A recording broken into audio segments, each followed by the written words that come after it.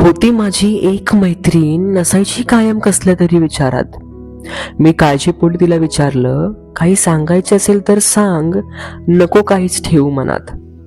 त्यावर ती म्हणाली, काय सांगू तुला माझी स्थिती, ऐकून अवाक होशील जर सांगितली सध्याची माझी परिस्थिती. घेतलं आहे कर्ज खूप आम्ही, कसं सांगू काही केल्या होतच नाहीये रे ते कमी. घरात सतत असतं टेन्शनचं वातावरण, आई बाबांचं आतल्या आत होत असतंय रे मरण. घरासाठी, उपचारांसाठी, भांडवलासाठी, इत्यादी गोष्टीसाठी बँकेतून किंवा अमुक तमुक व्यक्तीकडून आपण कर्ज घेत असतो. मग ते फेडण्यासाठी दिवस रात्र घाम गाळत असतो. वेळीच कर्ज नाही फेडलं तर व्याज वाढतो.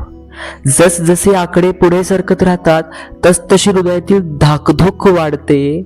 मग खरं तर त्यावेळी हायपर टेन्शनची गोळी सुद्धा काम करणं बंद करते.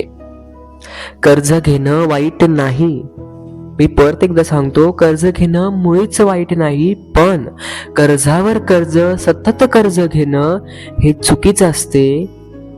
मग कर्जबाजारी होऊन आनंदाला सतत तडजोड करावी लागते. सगळं ऐकून घेतल्यावर खूप आत्मीयतेने मी तिला म्हणालो, शांत हो, होईल सगळं नीट. त्यावर ती म्हणाली, नाही, जर परिस्थिती बदलायची असेल ना तर मलाच स्वतःला ठेवावं लागेल मेंटली फिट. मी नोकरीला लागेल, इन्कम सोर्स वाढेल, त्यावेळी कुठे हा कर्जाचा डोंगर कमी होईल आणि आमच्या घरची परिस्थिती सुधारेल.